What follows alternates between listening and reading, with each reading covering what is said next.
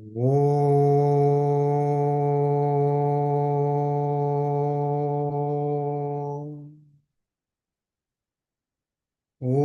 श्री गणेशाय नमः. ओम श्री सरस्वत्यै नमः. ओम श्री गुरुभ्यो नमः. शुकासारिखे पूर्ण वैराग्य जाचे, वशिष्ठा परिज्ञान योगेश्वराचे. कवी वाल्मिका सारिखा मान्य ईसा, नमस्कार माझा सद्गुरु रामदासा. नमस्कार माझा सद्गुरु रामदासा. जय जय रघुवीर समर्थ. नमस्कार तुम्हाला सगळ्यांना पुन्हा दत्त जयंतीच्या शुभेच्छा. आणि आता आपला हा 16व्या दशकातला आत्माराम निरूपण गेल्या वेळी आपलं संपलं. आणि आजपासून आज आपण ही नाना उपासना निरूपण, सगुण निर्गुण उपासनाच्यावर समर्थांचं विवेचन ऐकणार आहोत. त्याआधी या आत्माराम निरूपणातलं खरं म्हणजे पंचभूतांच्या सिक्वेन्समध्ये आकाश असायला पाहिजे. तर ह्या दशकामध्ये समर्थांनी आकाशाच्या ऐवजी पृथ्वी, पाणी, अग्नी, वायू आणि नंतर आकाशाऐवजी आत्म निरूपण घेतलं, आत्मा असं. आणि त्याच्यावर आपण गेल्या वेळे मुख्यतः स्थूल सूक्ष्म विवरण उपासनेवरती जास्तीत जास्त समर्थांना जशी अपेक्षित होती तशी चर्चा केली. या अगदी थोडक्यात 2 मिनिटात आपण बघू की ही शेवटी कसं समर्थांनी हे शेवटच्या अनुमानाच्या ओव्या आहेत 29, 30 आणि 31. त्याच्यामध्ये कसं म्हणले ते की स्थूळ सूक्ष्माचा गलबला गथा गोवी देहात्म, याला ते देहात्म योग म्हणतात. म्हणजे काय, जसं समरीमध्ये, यावेळेस समरी पाठवायला जरा उशीर झाला, त्या समरीमध्ये आपण काय म्हटलं की आत्मा आम्हाला दिसत नाही दृष्टीला. हो म्हणले, दिसत नाही म्हणून तो शोधायला कठीण आहे. आणि ह्या समासामध्ये समर्थांनी तो देह आत्मेच्या संसर्गात सान्निध्यामध्ये आल्यानंतर देहात जी चेतना प्रगटते त्या चेतनेतर्फे त्यांनी सांगितलं की ही देहाची चेतना नाही आहे, ती खरी आत्म्याने प्रेरित झालेली आहे. आणि त्याच्यानुसार आपण संबंध समास काय आज आपण बघणार नाही पुन्हा, पण त्याला ते म्हणले देहात्म योग शोधून पाहिला तेणे काही अनुमान, थोडं कळलं पण अजून सर्व नाही कळलं. त्याला ते स्थूल सूक्ष्म विवेक असं आपण गेल्या वेळी म्हटलं. आणि गेल्या वेळी निष्कर्ष आपण काय काढला, स्थूल म्हणजे काय, जे आपल्या ज्ञान इंद्रियांना समजतं. बुद्धीला आपले विचार समजतात की नाही, आपल्या बुद्धीला समजतात, म्हणजे ते सुद्धा आपले विचार सुद्धा स्थूल आहे. हम्म.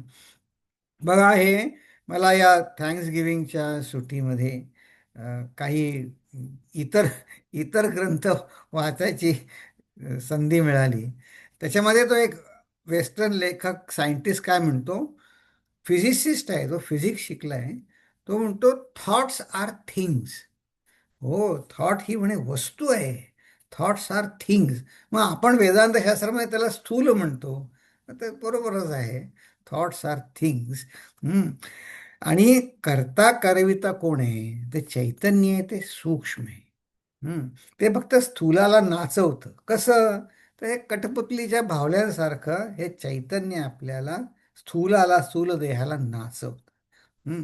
मग आता देहात्मयोग शोधून पाहिला तेणे काही अनुमानला, ते आपण आपल्या सोप्या शब्दामध्ये हा विवेक, आपण स्थूल सूक्ष्म विवेक आहे, पंचमहाभूतांचा विवेक आपण आधीच्या 6 समासात बघितला तो. आणि अवस्थात्रय विवेक, जागेपण, सुषुप्ती आणि स्वप्नावस्था, या 3 विवेक. हे तर नावं तुम्ही ऐकले, गेल्या वेळी आपण याच्यावर डिटेलमध्ये चर्चा केली. आणि हे जागृत, स्वप्न आणि सुषुप्त, अवस्थात्रय विवेक, एवढंच आपण या अवस्थात्रय विवेक आणि पंचभूत विवेक ह्याच्यावरच आपण हा स्थूल सूक्ष्म विवेक गेल्या वेळी बघितला. तो असा की हे आकाश पंचमहाभूत आकाश आहे की नाही? आहे. मग ते स्थूलात कसं प्रगट होतं, सूक्ष्मात कसं प्रगट होतं, आत्म्यामध्ये कसं प्रगट होतं? तर आत्ता आपण जे बसलो आहोत, तुम्ही कुठे बसला असाल, खोलीमध्ये खुर्ची टेबलापाशी, तर ते काय आहे? ते स्थूल आकाश आहे. हे आपण फक्त समरी समरी बघतोय गेल्या वेळच्या पाठाची. ते स्थूल आकाश आहे. मग आता समजा आपण काय छोट्या खोलीत बसलो, मोठी खोली आहे, जे काय आहे, पण ते हॉलमध्ये जरी बसलो असलो तरी पण स्वप्नामध्ये डोंगर नद्या पर्वत ते तर हॉलमध्ये मावत नाही ना. पण ते नदी पर्वत कसे काय आले एवढ्या छोट्या खोलीमध्ये? कारण ते नदी पर्वत जे आहेत ते माझ्या चित्ताकाशामध्ये आहे. ते चित्ताकाशात आहे. आणि मग जेव्हा कसलंच भान नसतं तेव्हा मी कुठे असतो? तर तेव्हा मी चिदाकाशात असतो. हम्म, चिदाकाशात असतो. आणि मग हे जागृत अवस्थेमध्ये स्थूलाकाश, स्वप्न अवस्थेमध्ये चित्ताकाश, सुषुप्ती अवस्थेमध्ये चिदाकाश. पण हे तीन वेगवेगळे आहेत. म्हणजे आपण एकाच वेळी जागे पण असतो आणि झोपलेलो असतो असं असतं का? नाही. हम्म. मग ह्या तिघांना जोडणारं कोणतरी एक कॉमन पाहिजे ना, तेव्हाच तर मी जागा झाल्यावर म्हणेन की मला असं स्वप्न पडलं, किंवा असं म्हणेन की अरे मला काही आठवत नव्हतं, मला छान झोप लागली, आनंद झाला. हे कोणतरी जाणणारा कोणतरी या तिघांपेक्षा व्यतिरिक्त एक कोणतरी पाहिजे की नाही? कॉमन आहे तो, त्याशिवाय कसं काय ज्ञान होणार? मग त्यालाच आपण गेल्या वेळी म्हटलं आत्मा, किंवा चौथं म्हणजे तुरीय असं म्हटलं. आणि याचा संबंध सगळ्यांशी आहे. तो कसा आहे? तर गेल्या वेळी तुम्हाला एक मी ते बाजूला एक कागद पडला होता, तो दाखवला. त्याच्यावर समजा लहान मुलांनी काहीतरी तीन चित्र काढली होती, तीन मांजरी म्हणा किंवा काही, तुम्हाला दाखवलं. म्हणलं किती आहेत हे तीन, किती वस्तू दिसत आहेत? तुम्ही काय म्हणलात? तीन आहेत. पण प्रत्यक्षात काय आहे? चार आहेत. कारण कागद पण दिसतोय ना. तो कागद आहे आणि त्या कागदावर तीन भावल्या काढल्या आहेत. मग तीन भावल्या दिसत, पण तो कागद पण तर दिसतोच आहे ना. कागद पण आहे. ती चौथी अवस्था तुर्या म्हणजे काय चार असं नाही. किंबहुना त्या तुर्या अवस्थेमुळेच आपल्याला या तीन बाहुल्या दिसत आहेत. त्या तीन चित्र दिसली कारण कागद आहे. मग कागद चौथा आहे का? आता ज्ञान होण्याच्या दृष्टीनं शंकराचार्यांचं गेल्या वेळी आपण रेफरन्स बघितला की मायेच्या दडपणामुळे मायेखाली आपण त्याला चौथी म्हणतो, पण ती माझ्या जागृत अवस्थेमध्ये सुद्धा तुरी अवस्था आहे. आहे. आणि जागृत अवस्थेमध्ये सुद्धा चित्ताकाश मला संदर्भ आहे की हो काल मला असं स्वप्न पडलं होतं. आहे. तर उद्देश असा या चर्चेचा की तुर्या तुर्या अवस्था असं आपण समजूया नको की फक्त ती योग्यांना साधते, समाधीमध्ये गुहेमध्ये जाऊन मला तप केल्यानंतरच होईल.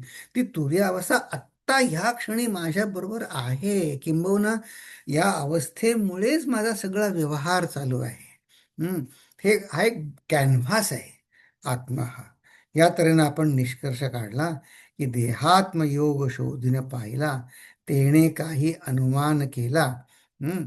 पण आता असं आहे, समर्थांनीच म्हटले गेल्या समासात सेमटिव्हिटी सूचना दिली की अशा अनेक, आता हे आपण एक जागृत स्वप्न सुषुप्ती एक छोटा बसून खुर्चीत बसून हा कळलं विवेक आहे, पण जगामध्ये वावरताना किती आपला गोंधळ होतो.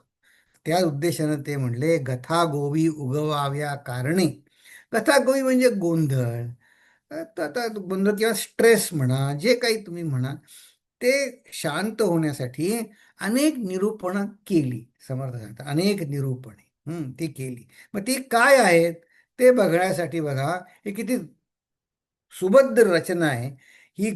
अनेक निरूपणे केली, ती काय आहेत ते कळण्यासाठी हा पुढचा समास आहे आता हा 9वा. नाना उपासना निरूपण. सगुण आणि निर्गुण उपासनेचा हा समास आहे. काय नाना निरूपण आहे? देहात्म योगाने आपल्याला जागृत स्वप्न सुषुप्ती अवस्थेतला विवेक कळला, पण आता आपल्याला समर्थ या नाना उपासनांचा एक मोठा कॅनव्हास समोर दाखवणार आहेत. आणि तो सूक्ष्मतेने दाखवणार आहे. कारण आता 16वं दशक आहे. आधीचा आपला अनेक नवदा भक्तीचा समास येऊन गेला, त्याच्यामध्ये वेगवेगळ्या उपासना दाखवल्या आहेत. पण या सगळ्या उपासनांचा सार सार म्हणजे सगुण आणि निर्गुण उपासनेतला फरक समजून घेणं आणि तो आपल्या बुद्धीमध्ये आपलं रिचवणं हे आहे. तर आता हा आपण समास बघू. त्याआधी आपण या समासाची ब्रेकडाऊन बघूया ओव्यांमध्ये. त्यांनी काय होतं, विषय समजायला आपल्याला मदत होईल. तर या समासाची सुरुवात फार अ, एका रोचक तऱ्हेने होते. याच्यामध्ये शिष्य प्रश्न विचारतो, मग समर्थ त्याला उत्तर देतात. मग त्या समर्थाने दिलेल्या उत्तरावर त्याचं समाधान होत नाही. मग तो आणखीन एक प्रश्न विचारतो. मग समर्थ त्याच्यावर एक रूपक रचतात. ऍक्च्युली तो शिष्य समर्थांना उत्तर देताना शिष्यच रूपक वापरतो, एक उदाहरण देतो, अॅनॉलॉजी देतो. तर तर समर्थ हीच अॅनॉलॉजी पुढे वापरून त्याचं आणखीन उत्तर देतात. असा फार सुंदर पहिल्या गोव्या फार रोचक आहेत समजायला.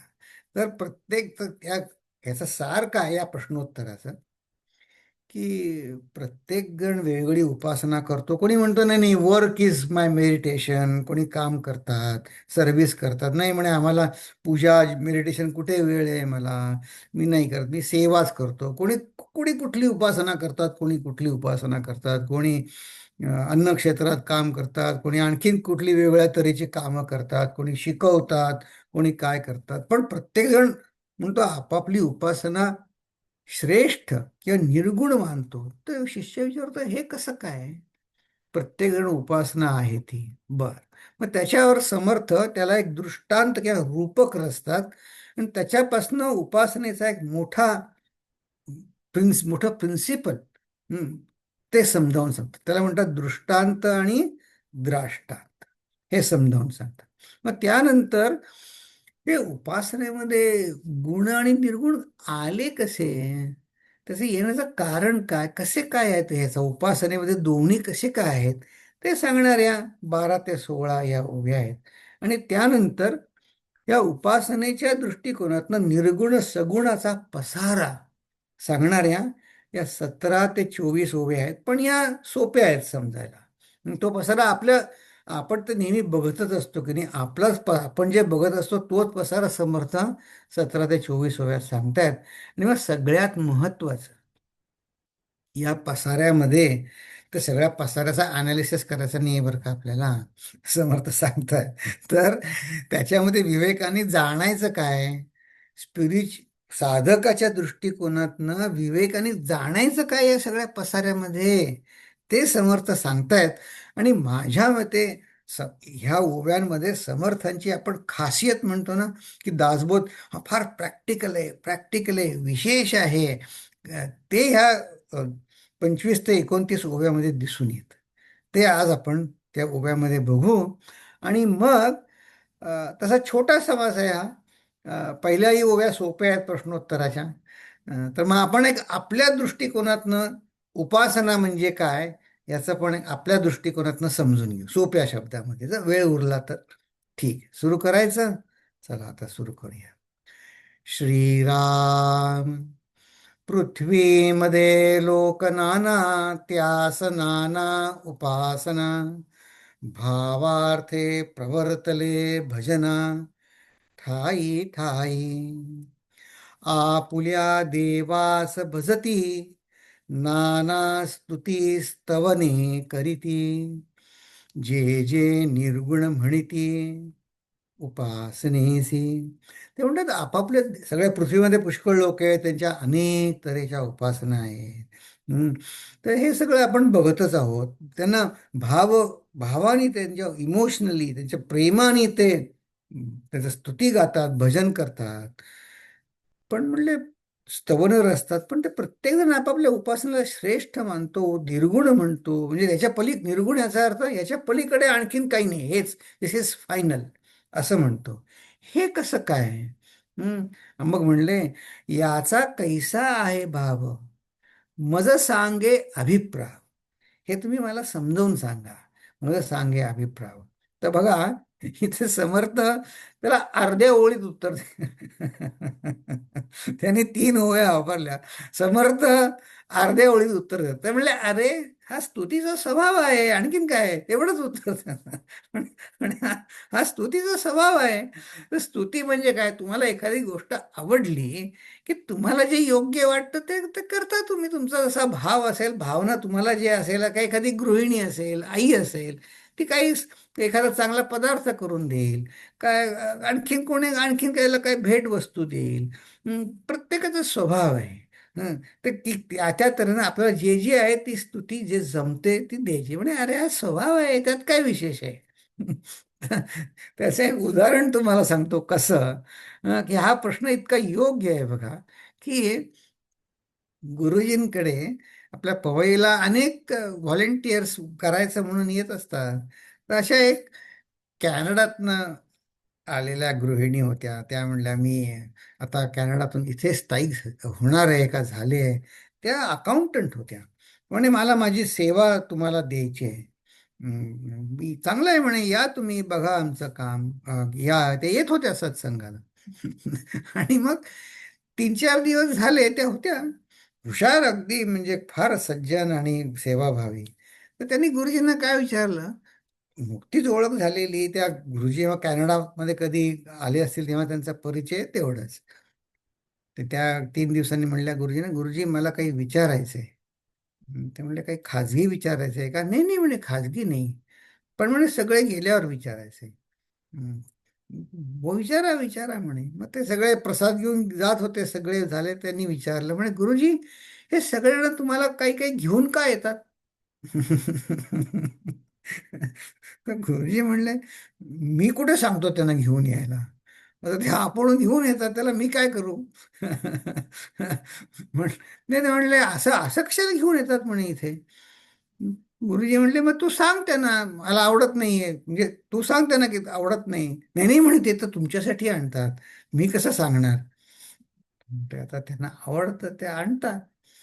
मग त्या बाई 3-4, आता माहित नाही झाले, मग 1-2 महिन्यांनी जेव्हा आम्ही पुन्हा गुरुजींची भेट झाली, कधी त्या होत्या. मग त्या काय झालं, त्या जेव्हा आल्या नंतर आठवड्यात पुढच्या कधी भेटायला 2-3 महिन्यांनी कधी, त्या गुरुजींना काही घेऊन आल्या, काही भेटवस्तू वगैरे. हं. तर त्या शिरल्याबरोबरच गुरुजी म्हणले, आता तू का आणलं?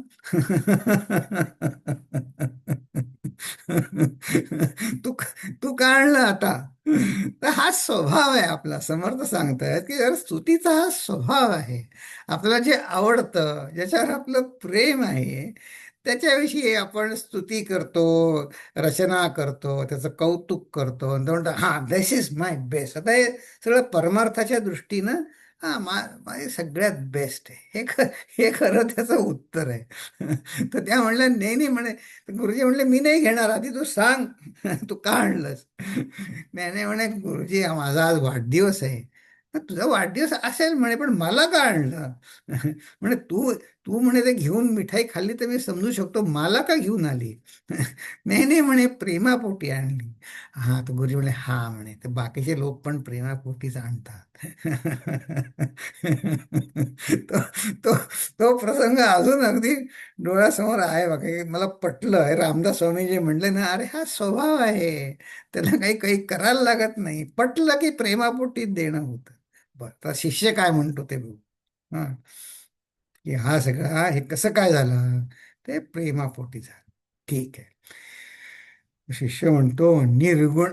समर्थांचं पुढे उत्तर आहे. आता हे अर्ध्या ओळीचं उत्तर तर दिलं, पण आता समजून पण सांगितलं त्यांनी, की निर्गुण म्हणजे बहुगुण, बहुगुणी अंतरात्मा जाण, सकळ त्याचे अंश हे प्रमाण. प्रचित पहा, हे प्रमाण आहे, ह्याची प्रचिती पहा, की निर्गुण म्हणजे बहुगुण. आता हे त्यांचं पुरं करतो थॉट.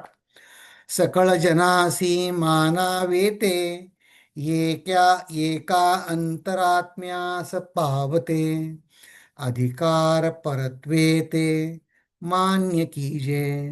आता बघा, आपण देवाची उपासना म्हणून देवाला आणतो, पण आता आपले गुरु आहेत म्हणा, शिक्षक आहेत म्हणा, त्यांना आपण प्रेमाने घेऊन जातो. का बरं? कारण देवाचं जे प्रेम आहे ते आपल्या गुरुमार्फत व्यक्त होतं. ते गुरुला आपण ते प्रेमाने देतो. भावना अशी की मी गुरूंना दिलं की ते देवालाच दिल्यासारखंच आहे. हं. तर हे जे पहिलं आहे, निर्गुण म्हणजे बहुगुण, हे कसं काय?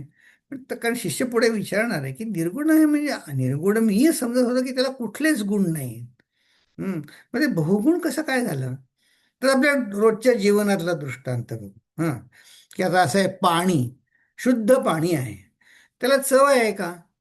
शुद्ध पाण्याला चव आहे? नाही ना. वास आहे त्याला? वास नाही, नाही ना. हं. वास नाही, चव नाही. रंग आहे का? नाही, छे, रंग नाही, रंग पण नाही. पण बघा, हे तीन नाही म्हणूनच आपण त्यात पाणी वापरून वेगवेगळी सरबत बनवू शकतो की नाही. त्या पाण्याला स्वतःचाच काही वास असता. तर मग आपण बनवून वापरलं असतं का ते पाणी? ते पाण्याला काही स्वतःची चव नाही. मग ते चांगलं आहे ना. ते पाणी आपल्याला हवं असेल तिथे कुठे वापरता येतं की नाही. हा, तर ते पण आहे. पण ते जाऊ दे, आता तुम्ही म्हणणार पण विनोदी गोष्ट सांगतो, विनोदी. त्या बिरबल अकबराच्या गोष्टी तुम्ही आहे, तर म्हणलं तुम्ही अरविंद तुम्ही कशाला वाचता बिरबल अकबराच्या गोष्टी? अहो आता काय करू, बालविहार शिकवतो तर मला वाचायला वाचायला लागतात. पण त्यातली एक गोष्ट ही बहुगुणी निर्गुणीची आहे. एकदा काय झालं, अकबर बादशाला कोणीतरी वांगी आणून दिली, वांगी. हं. तर बिरबल म्हणले, हा हा, वांग्याची भाजी फारच मस्त असते म्हणे, खूप सुंदर. त्याला अमुक होतं तमुक होतं सगळे त्याचे सांगितलं की फायदे सांगितले, अशी म्हणे बहुगुणी वांग्याची हे वांगी आहे, ती जरूर खाल्ली पाहिजे सरकारने. मग ते काय खाल्ली अकबरांनी. आता मी थोडक्यात सांगतो, जास्ती तुमचा वेळ घेत नाही, तुम्हाला माहिती असेल कदाचित सगळ्यांना. त्या अकबराने खाल्ली, मग काय त्याला त्रास झाला वाटतं, त्याचं पोट फुगलं, वाद झाला त्याला. दुसऱ्या दिवशी येऊन ते बिरबलावर चिडला. अरे म्हणले, काय तू सांगतो, वांगी चांगली असतात, मला वाद झाला रात्री. अमुक आहे तमुक आहे, काय अमुक झालं काय, तोंडाची चव गेली, जिभेला हे झालं, काय चांगलं नाही, काहीच त्याच्यात मला आवडलं नाही. तर बिरबल म्हणले, हो म्हणे, बैंगन बहुगुण, ते बेगुणी आहे म्हणे, म्हणून त्याचं नाव बैंगन आहे. बेगुण, त्याला काहीच चव नाही, काही गुण नाहीत त्याच्यामध्ये, म्हणून बेगुण आहे. अरे म्हणले, काल तर तू म्हणलास बहुगुणी आणि आता तर म्हणला बेगुणी, काहीच चव नाही, काही एकही गुण नाही, कसं काय? हे काय तर हे काय, तू नीट सांग, काय आहे रे? ते बिरबल म्हणला, महाराज खरं असं आहे, मी त्या बैंगनचा दास नाही आहे, मी तुमचा दास आहे. तर तुम्ही जे म्हणाल ते मला मान्य करायला पाहिजे. मी वांग्याचा थोडी सेवक आहे, मी तुमचा सेवक आहे. ते तुम्ही जे म्हणाल ते तसं निर्गुणी कसं आहे, त्याला जो गुण तुम्ही त्याच्यावर आरोपित कराल तो त्याला मान्य आहे. असं असं भाग. पण तर शिष्य काय म्हणतो बघूया आपण. दहा दृष्टांत आणि द्राष्टांत. शिष्य 6व्या ओवीमध्ये शिष्य काही सांगतो. कशावर त्याचं शिष्याचं म्हणणं कशावर आहे? सकळ जनासी मानावे ते एका अंतरात्म्यास पावते, असं म्हण. आता काय म्हणले, श्रोता म्हणतो हा अनुमान आहे. हे काय नाही. हा एक लिमिटेड व्ह्यू अनुमाना. श्रोता म्हणे हा अनुमान, मुळी घालावे जीवन. मुळामध्ये, मुळात जीवन हा आत्म्यास पावते ना. हे एक झालं म्हणले, मुळी घालावे जीवन, ते पावे पानो हे सध्या प्रचित. ते पटलं मला, की मुळात घालायला पाहिजे पाणी, मग ते वरती पानांपर्यंत पोचतं. पण समर्थ म्हणले, आणि मग तो वक्ता काय म्हणला, तू म्हणतोस ते बरोबर आहे. वक्ता म्हणे तुलसी वरी, उदक घालावे पात्र भरी, परी न थिरे निमिष भरी, भूमीस भेदे. समर्थ म्हणले, अरे तुळशीच्या झाडाला खाली मुळातच घातलं पाहिजे असं काही नाही, वरती पानांवर पण जरी सडक तू पाणी शिंपडलंस ना, ते घरंगळून खाली येतं. त्याच्यात काय, खालीच घालायला पाहिजे असं काही नियम नाही आहे काही, पानांवर पण घालू शकतो तू पाणी. ते पोचतंच की. परी तिथे, परी न थिरे निमिषभरी, म्हणजे क्षणभरात ते पानांवरनं खाली येतं ना. भूमीचं भेद आहे, जातं जमिनीमध्ये, असं काही नाही काही, फक्त बुळातच घालायला पाहिजे. आता शिष्य त्याच्यावर प्रश्न विचारतो. हम्म. श्रोत्याचा प्रतिप्रश्न. काय विचारतो? तुळशीचं ठीक आहे हो, मोठ्या झाडाचं काय?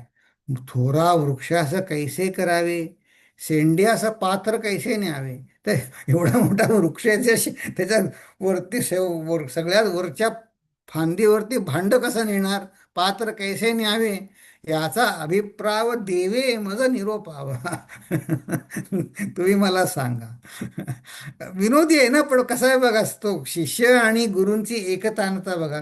तो मोकळेपणे प्रश्न विचारतोय. हा. तर म्हणले ठीक आहे, तुळशीवर घातलं ते ठीक आहे, मोठ्या वृक्षाचं काय करणार, तिथे शेंड्याचं पात्र कैसे न्यावे. याचा अभिप्राय देवे मज निरोपा.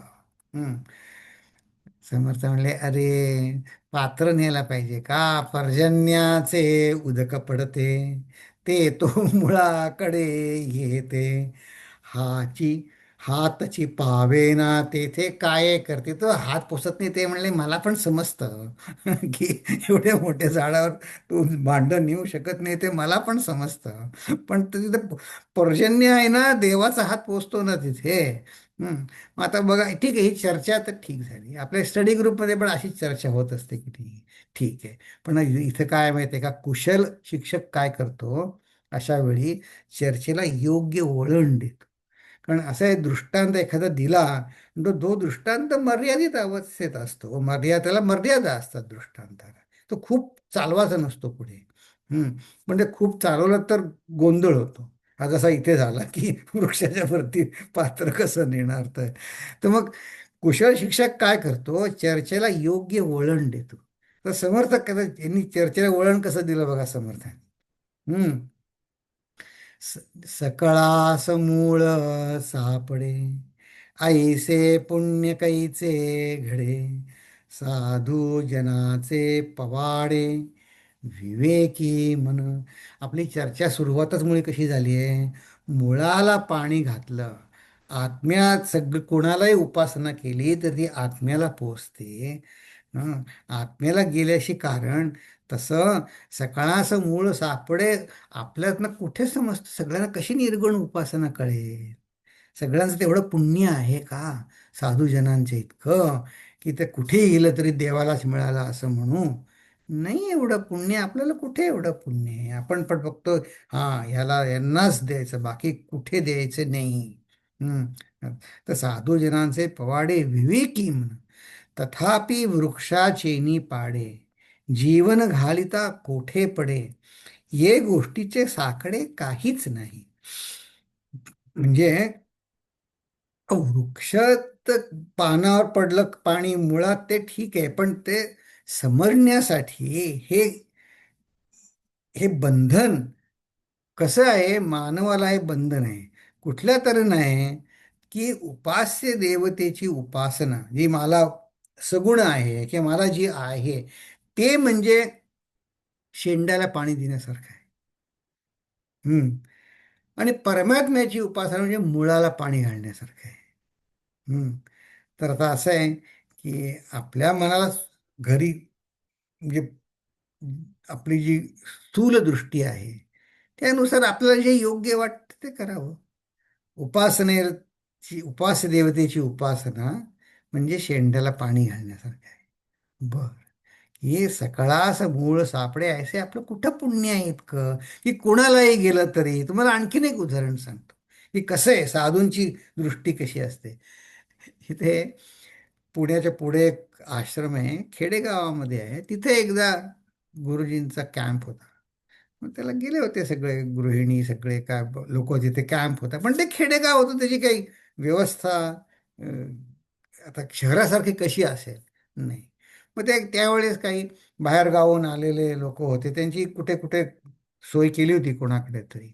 तर एका त्यातल्या गृहिणींचा काहीतरी लग्नाचा 35वा असा काहीतरी वाढदिवस होता. गुरुजींचे फार वर्षापासून ते फेसणार, म्हणून गुरुजींनी त्यांना काहीतरी सोन्याचं काहीतरी दिलं त्यांना, की हे तुझ्या, मला आठवतंय असं, आपण ती कॉलेजमध्ये असल्यापासून त्यांची त्यांचं मानत होती युवा वर्गामध्ये. कर्मधर्म संयोगाने काय झालं, अहो तिथे खेडेगावामध्ये लाईट नाही. मग कधी बळजबरीनं कुठे रिक्षा मिळाली, टॅक्सी मिळाली, कसं होतं. ते दुसऱ्या दिवशी फार हिरमुसलेल्या आल्या आश्रमामध्ये त्या. म्हणले काय झालं? म्हणले अहो तुम्ही ते दिलं होतं ना, ते माझं हरवून गेलं. काय म्हणे रिक्षामध्ये चढताना कुठे पडलं, काय झालं, आता हे कुठे शोधू म्हणे मी. हम्म. गुरुजी म्हणले ठीक आहे, म्हणले हरवलं तर हरवलं, मिळेल कोणाला तरी, त्याचं कल्याण होईल. त्यांनी त्याचं काही त्याचं चर्चाच केली नाही त्यांनी. तर हे एवढं पुण्य आपल्याला कुठे आहे? आपलं नाही. गुरुजी काय म्हणले, मिळेल कोणाला तरी, त्याचं कल्याणच होईल ना, तू कशाला वाईट वाटून घेते? नाही नाही म्हणे, तुम्ही एवढं प्रेमाने दिलेलं म्हणे, माझे आशीर्वाद आहेतच, ते काही नष्ट नाही झाले. तुझी भेटवस्तू नष्ट झाली तरी माझे आशीर्वाद आहेतच तुझ्यापाशी. आणखीन कोणाचं तरी कल्याण झालं म्हणे, तुला आशीर्वाद पण मिळाले, आणखी कोणाचं कल्याण पण झालं, मग त्यात दुःखी होण्यासारखं काय आहे म्हणले. आता ते समजायला कठीण आहे, आपल्याला पटायला कठीण आहे. म्हणून समर्थ म्हणले, एवढं पुण्य कुठे हो आपलं, नाही आपलं एवढं पुण्य नाही. हम्म. आता या उपासनेमध्ये आपण तर निर्गुणाची उपासना करायला आपण नाही लायक, ते ठरलं. म्हणजे आले कसे गुण सगळे. हम्म.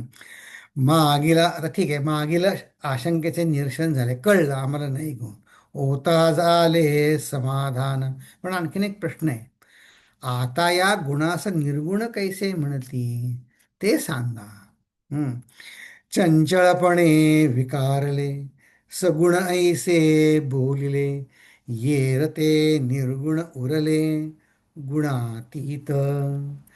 वक्ता म्हणे हा विचार, शोधून पहावे सारासार, अंतरी राहता निर्धार, नाव नाही. आता ओके, एवढं थांबू, मग पुढचं पुढे बघू. काय आहे ही ना, आपल्या सध्या आपली जी बुद्धीची भूमिका आहे त्याच्यामध्ये आपण काय आहे, आपण आपल्याच मनामध्ये एक कल्पना बनवली की हा लाल रंग आहे, त्याला असा वास आहे, जड आहे, गोल आहे, त्रिकोणी आहे, चौकोनी आहे, ते सगुण झालं.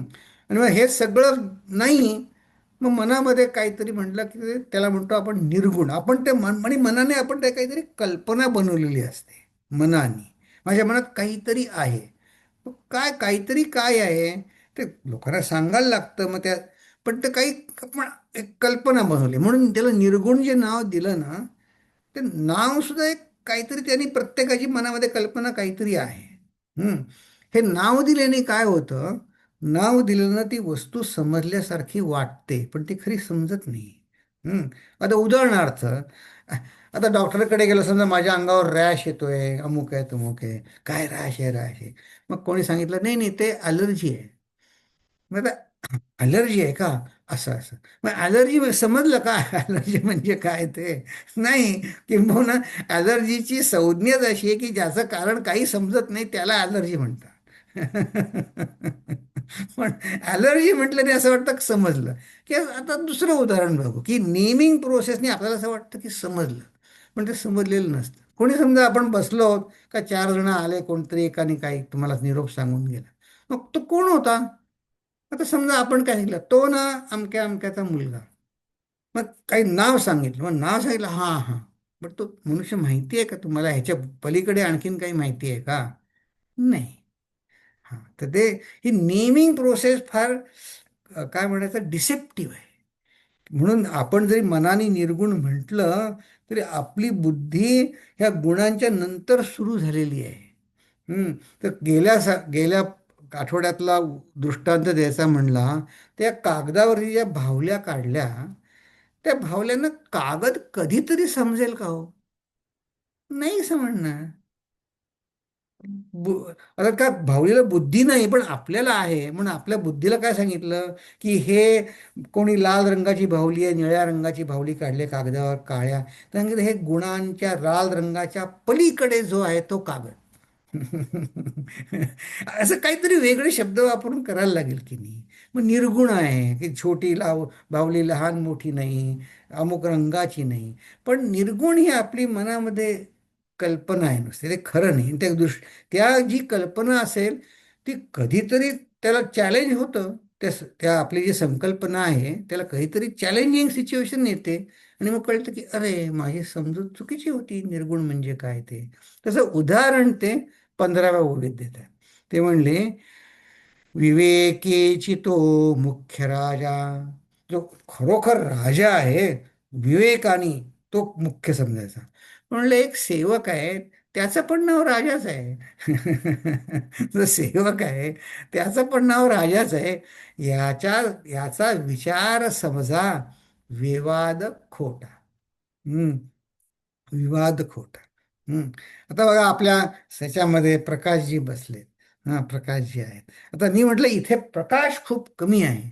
आता ते काय म्हणतील, ते पण प्रकाश, त्यांचं नाव प्रकाश आहे, पण ते जो ज्या संदर्भात शब्द वापरला त्या संदर्भात त्यांना बरोबर योग्य कळेल की नाही. हम्म या आपण अंधारात बसलो, कोणी म्हटलं प्रकाश आणा, मग कोणी काय लॅम्प घेऊन येतील, एक दिवा घेऊन येतील. हं.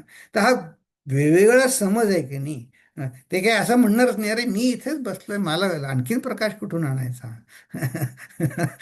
असं काय कोणी म्हणणार नाही. आता म्हणलं हे हे विवेकाने समजायला पाहिजे. हे विवेकाने समजायला पाहिजे. तर त्याचं आता ते विवेकाने काय समजायचं ते ह्या 16व्या ओळीत सांगतात आणि त्याचा विस्तार पुढे येणार आहे. काय समजायचं विवेकाने? कल्पांत प्रळयी जे उरले, ते निर्गुण ऐसे बोलिले, ये रते अवघेची झाले, माये मध्ये. कल्पांत काळी जे जे जे उरेल म्हणजे फक्त ब्रह्म उरेल. खरं मी ब्रह्म उरलं हे सांगायला सुद्धा तेव्हा कोणी नसेल. ते म्हणजे निर्गुण. मग त्या ब्रह्माला जे आपल्या शक्तीची सर्वप्रथम कल्पना आली. हम्म मग ते काय झाला, ईश्वर आणि ते वेगळं नाही आहे ब्रह्म आणि शक्ती. याचं पुन्हा आता काय करू, ते कागदाचं उदाहरण दिलं तर मी कागदाचं उदाहरण पुढे चालवतो. हम्म ते ब्रह्मण शक्ती किंवा ईश्वर शक्ती वेगवेगळे कसे नाहीत, ते एक संत खूप छान सांगायचे. तर कागद आहे ना, ते म्हणले हा कागद आहे माझ्यासमोर, ते असा फाडला, त्याचे दोन तुकडे झाले. ते म्हणजे यातला कुठला तुकडा आधी झाला? नाही, दोन्ही तुकडे एकदमच झाले. किंबहुना एक झाले म्हणून तर दुसरा झाला असं म्हणता येईल ना. आधी एक संघ होता का नाही तो तुकडा, तेव्हा काही दोन नव्हते, ते एकच होतं. ब्रह्मन शक्ती सगळं एकातच सामावलेलं होतं. म्हणजे दोन झाल्यावर असं सांगता येईल का की हा तुकडा आधी झाला आणि हा तुकडा नंतर झाला? नाही सांगता येईल. हा. ते आपलं समजण्यासाठी एक दोन म्हणतो आपण. पण हे आता मला असं वाटतं आपल्या सगळ्यांना अंदाज एक आला असेल की कल्पांत प्रळयी जे उरले, ते निर्गुण ऐसे बोलिले, येर ते अवघेची झाले मायेमध्ये. आता ते काय, येई मायेचा विस्तार सांगणाऱ्या ओव्या आहेत. पण ह्या आहेत ना, या 13वी ओवी आणि 16वी ओवी. हम्म ह्याचा आपण उपासनेच्या दृष्टीनं आपण सोप्या शब्दात विचार करणार. पण माझ्या मते समर्थांना हे आपल्याला हे उपासनेच्या समासामध्ये हे आपल्या मनामध्ये बिंबवायचे की आपली उपासना सगळी कशासाठी आहे, की माझ्या चैतन्याचं, ज्याला मी असं म्हणतो, त्याचा हे सध्या चंचलपणे विकारलेलं गुणापासून मी माझे असोसिएशन हे निर्गुणात गुणातीत होण्यासाठी आहे, 13वी ओवी. किंवा हे सगळं प्रलय होऊन जाईल तरी मी उरणार आहे, हे मला उपासनेनं साधायचं आहे. तर या 13व्या आणि 16व्या ओळीवर आपण पुन्हा येऊ आणखीन विचार करायला. आत्ता थोडा आपण विचार केलाच, आणखीन एका तऱ्हेनं उपासनेच्या दृष्टीने विचार करू. ठीक आहे, चला आता आपण पुढे चलूया. तर पसारा असा आपल्याला पटण्यासाठी ह्या निर्गुणाचा पसारा कसा आहे सगुण होऊन ते सांगतात. ते म्हणले सैन्य आहे आणि सेना शहार बाजार, सगळा मोठा मेळावा भरलाय. नाना यात्रा लहान थोर, तिथे अनेक प्रकारचे शब्द उठतात, शब्द उठती अपार, ते कैसे निवडावे, ते कुठला आवाज कुठनं गोंधळ कुठून येतो ते कसं कळणार. सगळे वेगवेगळ्या तऱ्हेचे आहेत, ते कळेल का? नाही कळणार. बघा, आपल्या सोयीसाठी समर्थांनी हे उदाहरण दिले. दुसरा एक पंचदशी नावाचा ग्रंथ आहे.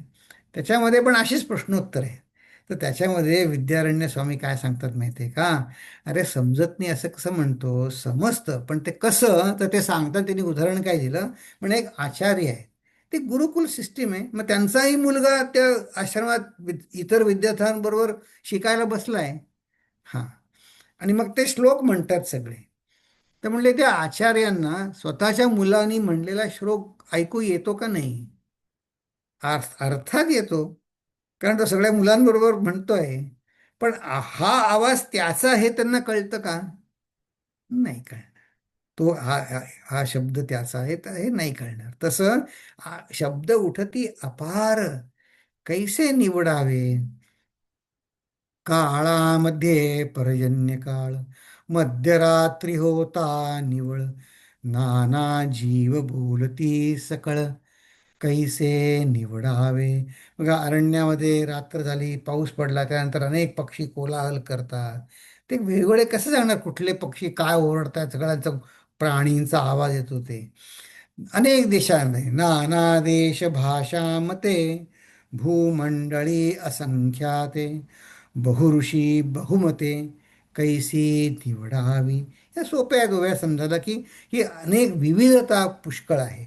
वृष्टी होताच अंकुर, सृष्टीवरी निगती अपार, नाना तरू लहान थोर, कैसे निवडावे.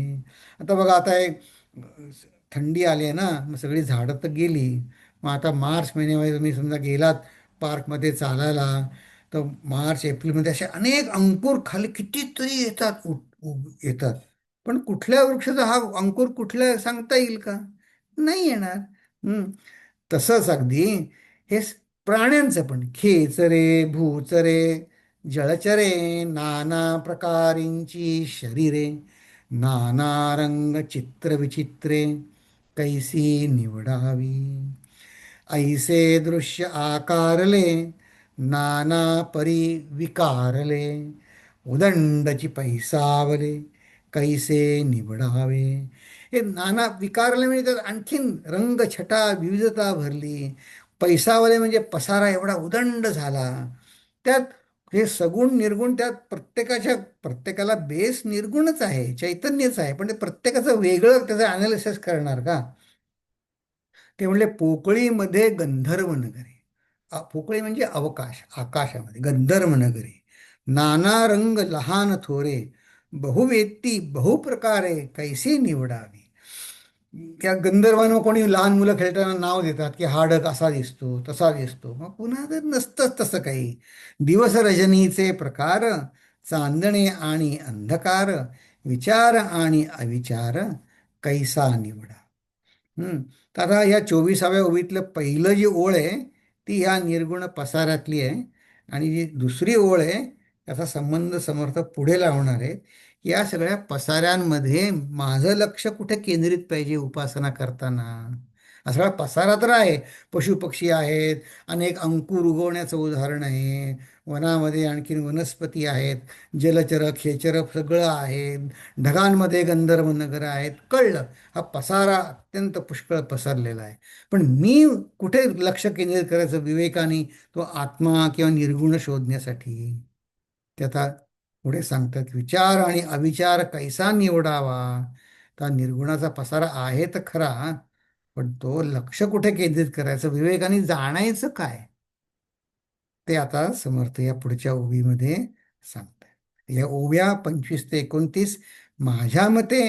आता आपण उपासना करत आहोत, 16व्या दशकापर्यंत आपली मजल आली, तर आपलं ध्यान आपण भगवंतावरच केंद्रित आहे. आणि समर्थांची उपासना ही अत्यंत हुशार, तल्लख, हां, अशी आहे. त्यात कुठे बावळटपणाला वाव नाही त्याच्यामध्ये. आता ह्या समर्थांचं जे प्रॅक्टिकल उपदेश आहे, उपासना आहे, त्याचं प्रत्यंतर या ओव्यांमध्ये येतं की नाही बघा, की आपण कशावर उपासना करताना विवेक कशावर केंद्रित करायचं. तर बघा, विसर आणि आठवण, नेमस्त आणि बाष्कळपण, प्रचित आणि अनुमान, येणे रीती, अनुमान म्हणजे काही त्याला धीड धड कळत नाही अशाही अर्थाने वापरतो की काहीतरी वरवर समजलंय म्हणा. मग काय आहे? विसरणं आणि आठवण. मग विसरण्यामध्ये क्षमा केली ते विसरणं आहे की नाही? क्षमा केली ते पण विसरणं आहे. वेंधळेपणे विसरलं तेही विसरणं आहे. आठवण पण आहे. नेमस्त म्हणजे मुद्देसूद बोलणं. बाष्कळपणा म्हणजे पुष्कळ बोलणं. मग नाही नाही म्हणे ते विचार करून पहा. प्रचित आणि अनुमान येणे रीती, न्याय आणि अन्याय, होय आणि न होय, विवेके वीण काय उमजो जाणे. हा न्याय अन्यायाचा निवाडा हे योग्य झालं का नाही विवेकाने करायला लागेल. हे समजून घ्या. त्या सगुण निर्गुणामध्ये जो पृष्टीचा पसारा आहे त्याच्यामध्ये हे समजून घ्या की निर्गुणाची सत्ता कशी आहे, त्याची प्रचिती घ्या. हं. कार्यकर्ता आणि निकामी, शूर आणि कुकर्मी, धर्मी आणि अधर्मी कळला पाहिजे. उपासना करायची म्हणजे फसलं जायचं असं नाही बरं. रामकृष्ण परमहंस वारंवार वारंवार सांगत असत की देवाचे भक्त बना, पण बावळट बनू नका. लोकांकडनं फसले जाऊ नका. तर आता जो कुकर्मी आहे तोही पुष्कळ काम करतो आणि शूर मनुष्य पण पुष्कळ काम करतो. पण शूर आणि कुकर्मी वेगळे आहे. ते ते एक नाही आहे. हं. धर्मी आणि अधर्मी कळला पाहिजे. धनाढ्य आणि दिवाळखोर, साव आणि तस्कर, खरे खोटे हा विचार कळला पाहिजे. आता असं आहे, धनाढ्य मनुष्य पण खूप उलाढाल टर्न ओव्हर ज्याला जो म्हणतो ना, तोही टर्न ओव्हर खूप होतो. दिवाळखोर माणसाचाही होतोच टर्न ओव्हर खूप, फक्त तशी मिळकत कमी असते. मग धनाढ्य साव आणि तस्कर दोघांपाशी पैसे पुष्कळ आहे, पण तो तस्कर म्हणजे स्मगलर कोण आहे आणि साव कोण आहे हे कळलं पाहिजे. खरे खोटे हा विचार कळला पाहिजे. वरिष्ठ आणि कनिष्ठ, भ्रमिष्ठ आणि अंतरनिष्ठ, सारासार विचार स्पष्ट कळला पाहिजे. असं नका म्हणू मी मेडिटेशनमध्ये होतो म्हणून माझं अमुक करताना अमुक सांडलं. नाही नाही, तर त्याचा काही संबंध नाही. इथे म्हणून हा इथे हेच त्यांनी स्पष्ट सांगितलं की वरिष्ठ आणि कनिष्ठ, भ्रष्ट आणि अंतरनिष्ठ हे कळलं पाहिजे. आता बघा, या सगळ्या ओव्यांमध्ये समर्थांनी जे सांगितलं उपदेश, समर्थांच्या उपासनेचे वैशिष्ट्य आलं की नाही ह्याच्यामध्ये, की व्यवहारीपणा बघा, रोख प्रचिती बघा. हं, किंवा काळ सुसंगत म्हणजे हा उपदेश कालबाह्य झालेला नाही आहे. अजूनही लागू आहे हा उपदेश. हा ऑब्सोलीट नाही झालेला हा उपदेश. हं, की हे उपासना तर करायची, पण उपासना करताना ह्या विवेकाने काय जाणायचं? विवेकाने हे सगळं बघा, नेमस्त आणि बाष्कळपणा, न्याय आणि अन्याय, कार्यकर्ता आणि निकामी, शूर आणि कुकर्मी कळला पाहिजे. धनाढ्य आणि दिवाळखोर कळला पाहिजे. हे सगळी बघा त्यांनी किती, त्याचे डायमेन्शन्स किती परिपूर्ण त्यांची उपासना आहे. की विवेकपूर्ण आहे. ही समर्थांच्या या उपासनेची वैशिष्ट्य आहे. तर आता आपला आजचा वेळ आहे खरं खरं घेऊ का 5 मिनिटं आणखी? हं? या उपासनेचं आपण सोप्या शब्दांमध्ये आपण आपण बघूया की नाना उपासना निरूपण. तर हे स्ट्रीट स्मार्टनेसच्या दृष्टीनं कळलं. पण आता समर्थाने इथे जे वापरलंय की नाही, की प्रचित आणि अनुमान, न्याय अन्याय, याचं उपासनेच्या दृष्टीने, भगवंताला शोधण्याच्या दृष्टीने, खरे खोटे काय, सारासार विचार काय, वरिष्ठ कनिष्ठ काय, हे मला उपासनेच्या दृष्टीने समजून घेऊया का सोप्या शब्दात? हं? ठीक आहे. आता आपण असं करू की ह्या ज्या दोन ओव्या आहेत त्या संदर्भात आपण समजून घेऊ की चंचलपणे विकारले आहे सगुण, पण ते गेल्यानंतर त्याच्यात जे गेल्यानंतर जे निर्गुण त्याच्यात बॉटमला आहे, त्याचा पाया, फाउंडेशन आहे, ते गुणातीत आहे. आपल्याला गुणाशी सगुणाशी व्यवहार टाळायचा नाही आहे, त्याला नाकारायचं नाही आहे, त्याच्याकडे दुर्लक्ष करायचं. दुर्लक्ष म्हणजे त्याच्याकडे महत्वच नाही असं नाही म्हणायचं. त्याचा जगाला साजेसा व्यवहार आहे, तो व्यवहार करायचा आहे. म्हणजे बुद्धिस्टचं सारखं नाही नाही असं नाही आहे आपलं तत्वज्ञान. नाकारायचं सगळं, सर्व दुःखम दुःखम असं नाही आहे समर्थांचं तत्वज्ञान. आहे, या सगळ्या गोष्टी आहेत. किंवा कल्पांत काळी आता हां आता कल्पांत येणार आहे, कशाला काही प्रयत्न करा, असं पण नाही आहे. पण जे ते समजण्यासाठी कल्पांत काळ येईल, नंतर जे उरेल ते निर्गुण आहे आणि हे मायेचं क्षेत्र आहे. हे पटण्यासाठी, उपासनेत पटण्यासाठी आपण आपल्या उपासनेचा विचार करूया. ठीक आहे. तर या ओबीवरती चला. तर एक नैष्कर्म्य सिद्धी नावाचा ग्रंथ आहे. हं. हे ज्याला समर्थ म्हणले प्रलय झाल्यानंतर जे उरेल ते आपण आपल्या सोप्या ह्याच्यात करू. आपली संसारातली कुटुंबातली सगळे उलाढाली संपल्यानंतर मी आता एकटा उरलो, तर म्हणजे मी. तर तरीसुद्धा सगळे झाली, घरातली गडबड संपली, तरीसुद्धा मी सुखी पाहिजे. काही कामाची, नातेवाईकांची, कोणाची गडबड न होता मी तेवढाच सुखी पाहिजे जेवढी माझ्या आजूबाजूला गलबला असताना जेवढा मी सुखी आहे. ते ते म्हणजे नैष्कर्म्य सिद्धी. हे म्हणजे अटमोस्ट डिसअटॅच्ड. ते हे कळण्यासाठी त्यांचं एक सुंदर, एक त्याच्यावर एक छोटं आहे. त्याचं सगळं आपण बघणार नाही आहे, पण ते शब्दरचना इतकी सुंदर आहे, छोटे छोटे शब्द ते आपण सोप्या शब्दात बघणार आहे. घाबरून नका जाऊ. तुम्हाला हे एवढ्यासाठी दाखवलं आहे की मी मी जे काय तुम्हाला सांगणार आहे ते माझ्या मनाने नाही सांगत आहे. एवढंच सांगण्यासाठी दाखवलं आहे. पण ते वाक्य दोनच वाचूया, फारच सुंदर आहेत. नित्य नैमित्तिक कर्म अनुष्ठानात धर्म उत्पत्ती. नित्य नियमित उपासनेच्या व्रतपालनाने धर्माची उत्पत्ती होते. हम्म. मग धर्मोत्पत्ती झाल्यानं काय होतं? धर्मोत्पत्ते पापनाश. धर्माच्या उत्पत्तीने पापनाश होतो. हे क्रम सांगितलेत, स्टेप्स सांगितलेत. ते आपण सोप्या शब्दात बघूया. तर बघा, हे आपण दोन बघितले आता. नियमित उपासनेच्या व्रतपालनाने धर्माची उत्पत्ती होते. म्हणजे तो धर्म की जो मला भगवंताकडे नेईल. काही असू दे, की मी दररोज एक माळ जप करेन, मी अमके वाजता उठेन, किंवा मी रात्री जेवणार नाही, जे काही तुमचं उपासना असेल ते त्याचं नियमित पालन केलं तर माझी धर्माची शक्ती, म्हणजे इंटिग्रिटी उपासनेची बळकट होते. त्यांनी काय होतं? त्यांनी पापांचा नाश होतो. म्हणजे कंटाळा येत नाही, आळस येत नाही. मग पाप नाश होतो आणि त्यांनी काय होतं? तर पाप नाश म्हणजे मन शुद्ध होतं.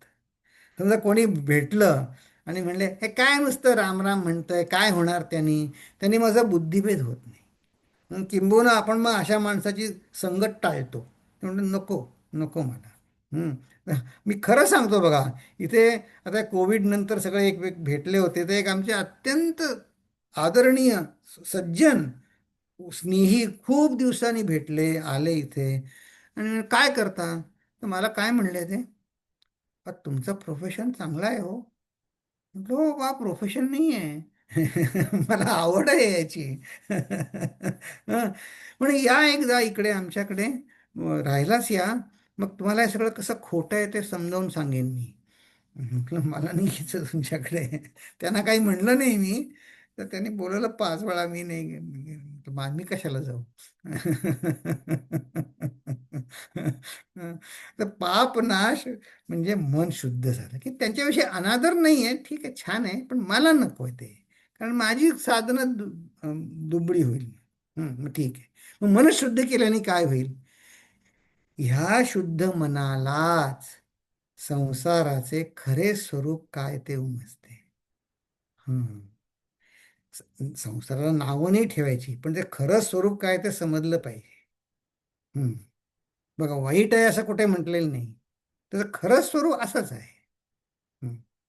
खरं स्वरूप या शुद्ध मनाला समजतं. मग त्यांनी काय होतं? अशा शुद्ध मनात वैराग्याचा अंकुर फुटतो, तो जोम धरतो. नाही तर मग ती जबरदस्ती होते. ते जबरदस्ती नाही करायची म्हणा, त्यातनं आनंद होत नाही. त्या वैराग्यातनं आनंद आला पाहिजे की नाही. आनंद आला पाहिजे. या वैराग्याचा अंकुर फुटतो. मग त्यांनी काय होतं? या वैराग्य असलेल्या मनाला आता हे मन मला मुक्ती हवी असा ध्यास घेते. त्याचा गूढ ध्यास घेणे. मग ह्या ध्यासापोटी मुक्ती साधनेच्या विविध दर्शनांचा अभ्यास सुरू होतो सिरियसली. व्हेरियस व्ह्यू पॉइंट्स भगवंता ह्याच उपासना आहेत वेगवेगळ्या. विविध दर्शन म्हणजे समर्थांनी या सगुणाच्या वेगळ्या उपासना सांगितल्या आहेत ना, त्या ह्याच आहेत. विविध दर्शनांचा अभ्यास सुरू होतो. ह्या अभ्यासाचे जेव्हा वेडात किंबहुना व्यसनात, हा माझा शब्द नाही आहे, ज्ञानेश्वर महाराजांनी वापरलेला आहे. तुम्हाला रेफरन्स देईन पुढच्या वेळी मी. ह्या अभ्यासाचे जेव्हा वेडात रूपांतर होते, तेव्हा ते मन नैष्कर्म्य सिद्धी पावते. किंबहुना सर्व सगुण उपासना निर्गुणात विलीन पावतात. हं? हे याचं सार आहे, की हे विवेकाने साधतं. आता आपण ह्याच्या पुढचा समाज जो आहे त्याच्यामध्ये एक सुंदर प्रश्न श्रोता विचारतो समर्थांना. बघा, अजून 4 दशक आहेत ना, 4 दशक आहेत अजून, संपलं नाही आहे दाखव. तर तर- तर तिथे विचारलं काय, हे म्हणे तुम्ही सगळं पंचमहाभूतांचं सांगता तुम्ही, पंचमहाभूतात गुण आहेत सगुण, पण म्हणले पंचमहाभूत हे सगळं प्रलय झाल्यानंतर मग त्या गुणांचं काय होतं? सत्व रज तमाचे गुण कुठे जातात ते सांगा मला. हे सांगणारा पुढचा समास आहे. शेवटचा समास 10वा, तो आपण पुढच्या वेळी बघू. आता आपण असं आहे, मी इथे थांबू. हं? आणि मग मी प्रार्थना म्हणतो, मग आपण ओम पूर्णमद पूर्णमिदं पूर्णात् पूर्णमुदच्यते पूर्णस्य पूर्णमादाय पूर्णमेवावशिष्यते.